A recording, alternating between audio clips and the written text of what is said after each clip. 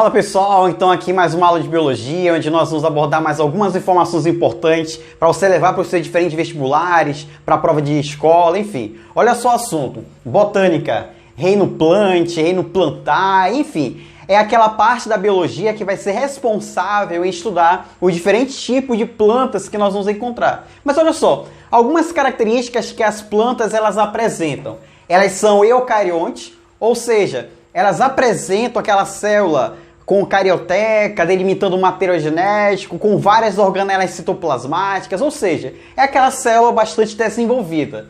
São autotróficos, conseguem realizar o processo fotossintético e, graças à fotossíntese, conseguem produzir o seu próprio alimento. Lembra, né? Autopróprio. Trofia, no caso, alimentação. São pluricelulares ou multicelulares, ou seja, são organismos formados por uma grande quantidade de células. Olha só uma outra coisa. Os grupos que são estudados dentro da botânica, briófita, pteridófita, gimnosperma e as angiospermas. Uma coisa que é importante, se eu pego briófita e pteridófita, o que eu consigo observar? Que as pteridófitas, elas apresentam mais estruturas que uma briófita. Se eu pego pteridófita e gimnosperma, a gimnosperma tem mais componentes que uma pteridófita. Se eu pego gimnosperma e angiosperma, a angiosperma tem várias outras estruturas. Por isso que a gente fala que, conforme nós vamos observando os grupos, algumas estruturas elas vão surgindo, elas vão se desenvolvendo. Mas olha só uma coisa que é muito importante você levar para qualquer vestibular. Esse esquema aqui, ó. Perceba que eu coloquei os 4 grupos. Briófita, pteridófita, gimnosperma e angiosperma. E coloquei aqui uma estrutura na cor vermelha. O que eu quero que vocês observem? Desse ponto para cima, nesse caso, ó, tem o surgimento dos vasos condutores. Então aqui, ó, surgiu o vaso condutor. Então desse ponto para baixo não tem vaso, com a briófita não tem vaso. Já a pteridófita, gimnosperma, angiosperma apresenta vaso condutor. As sementes, elas surgiram bem aqui. Então desse ponto para baixo não tem semente, desse ponto para cima tem. Então briófita, pteridófita, elas não apresentam semente. Já a gimnosperma e angiosperma têm semente. Olha só uma dica. Essa terminação aqui é esperma. Esperma lembra no caso de semente. Tudo bem? Então já sabe que esses dois grupos apresentam esse componente. As flores e os frutos surgiram bem aqui. Então quem tem angiosperma, os outros grupos não apresentam esse componente. Professor, tem algumas outras particularidades, algumas outras características? Tem. Conforme as nossas aulas de botânica elas vão passando, você vai conseguir observar sem muitos problemas, sem muita dificuldade, tudo bem? Mas o primeiro grupo que a gente começa a observar, está aqui, ó. São, no caso, as briófitas. Como eu coloquei para vocês ainda há pouco, as briófitas elas são avasculares. Só que nos vestibulares, dificilmente ele vai colocar esse termo avascular. Ele vai colocando um mais bonitinho aí para você se confundir. Ele vai falar que é uma planta atraqueófita. Lembra que esse prefixo a é negação. Então, se tivesse traqueófita, é porque tem vaso condutor. Como tem esse a, que é negação, a traqueófita, ela não tem vaso de condução. Mas, professor, o que seriam esses vasos condutores? São duas estruturas.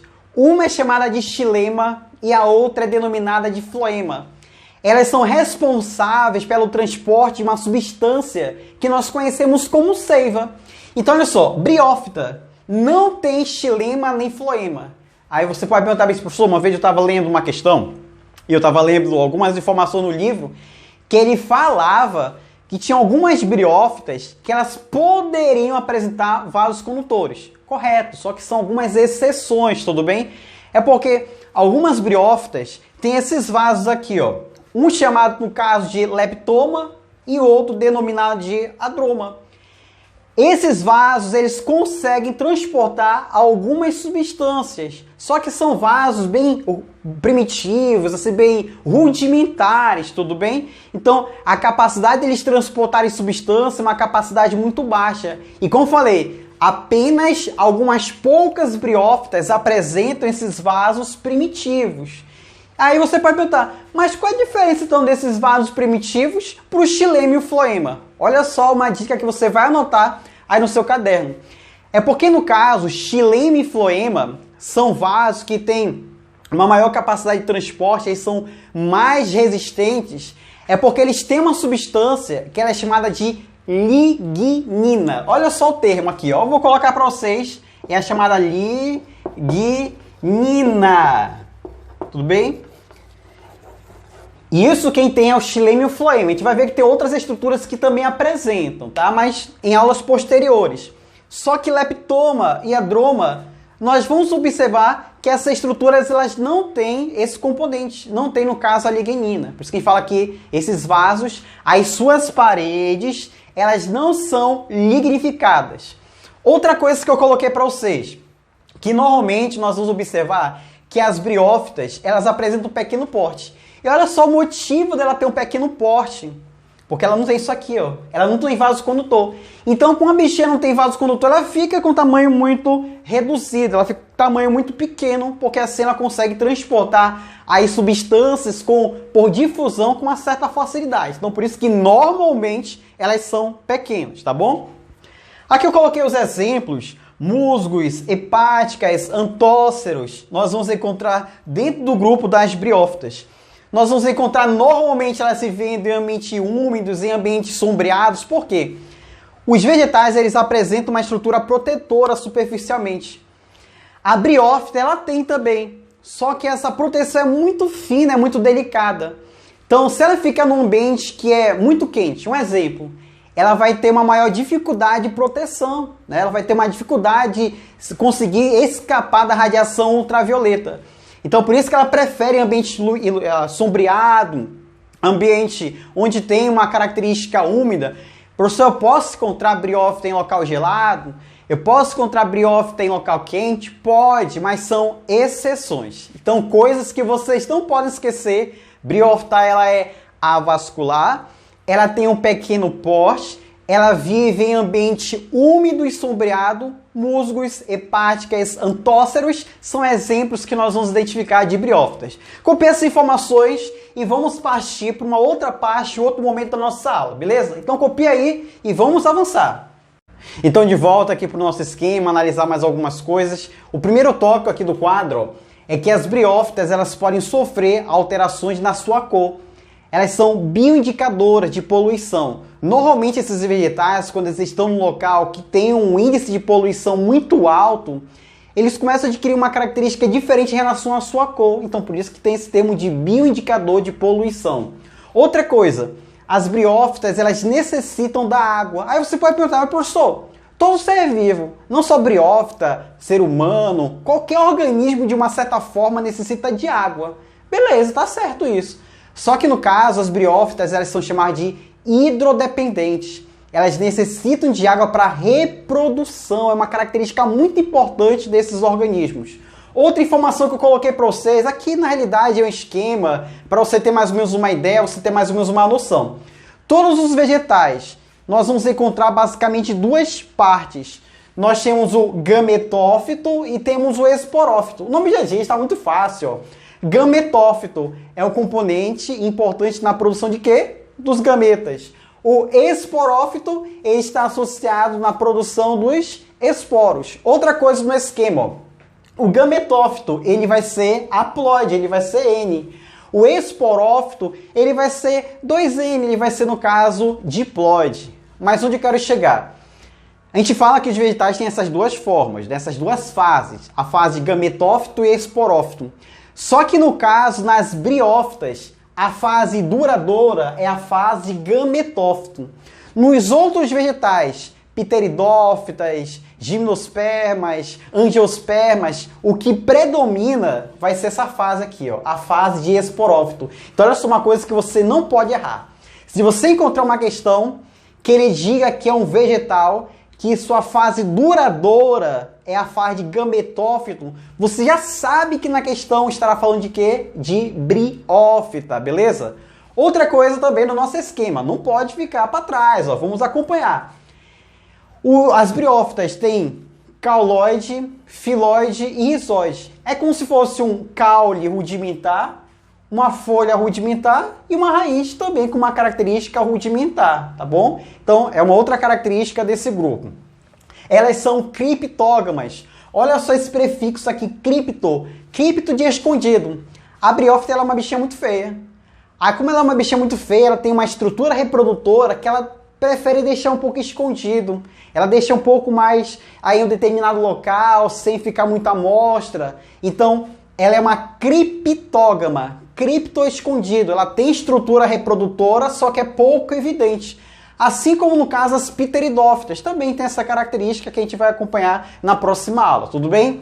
Mas olha só, uma coisa que eu quero que vocês observem aqui no nosso esquema para a gente completar essa nossa aula e não ficar muito grande, você não ficar muito cansado. Olha para cá. Gametófito. Eu tenho o gametófito, no caso, masculino, que é chamado de anterídeo. E eu tenho o gametófito, no caso feminino, que é o arquegônio. Tudo bem? Ora, se é gametófito, então são estruturas N, são estruturas, no caso, haploides. Na realidade, o que a gente fala? Eu tenho um gametófito, que ele pode ter uma estrutura masculina e feminina, que são chamadas de gametângios. Então, o mais correto é falar o gametófito, que tem um gametângio, no caso masculino, que é o anterídeo. E eu tenho um outro gametófito, que ele vai ter um outro gametângio, só que vai ser o gametângio feminino, que é o arquegônio. Aí olha só o que acontece. O anterídeo, ele produz os anterosóides, é como se fossem chamados espermatozoides, beleza? O arquegônio vai produzir as oosferas. Ora, o anterosóide, ele é proveniente do anterídeo. E o anterídeo, no caso, é haploide. Então, por isso que o anterosóide também vai ser, no caso, haploide. A oosfera, ela é proveniente do arquegônio. E, no caso, o arquegônio, ele vai ser, no caso, N também, ele vai ser haploide. Então, por isso que a oosfera também, consequentemente, ela é haploide. O que vai acontecer? Essas plantinhas, elas vão namorar. Essas duas estruturas, elas vão, no caso, se unir. Como assim se unir? O anterosóide e a oosfera se unem, vai ter reprodução, vai ter fecundação. E quando tem a reprodução, forma-se o zigoto. Ah, professor, ficou muito fácil agora. Eu sei que o zigoto, ele é 2N, por quê? Porque ele é proveniente da união do anterosóide com a oosfera. Beleza, tá? Aí o que acontece com o zigoto? Ele vai se desenvolvendo, ele vai sofrendo várias mitoses, até que ele origina o esporófito. Ah, então já sei por que o esporófito, ele é no caso diploide.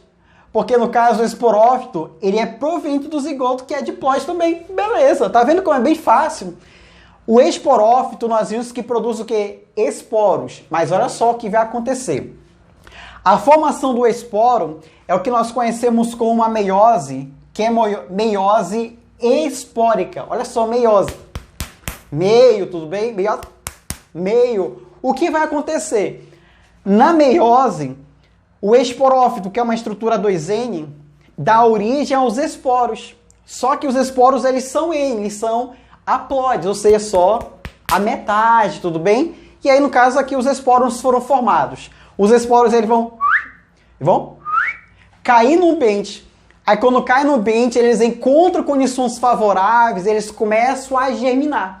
Aí eles vão se germinando, origina a protonema. Mas, professor, o que acha isso de protonema? Protonema nada mais é do que isso aqui, ó, gametófito.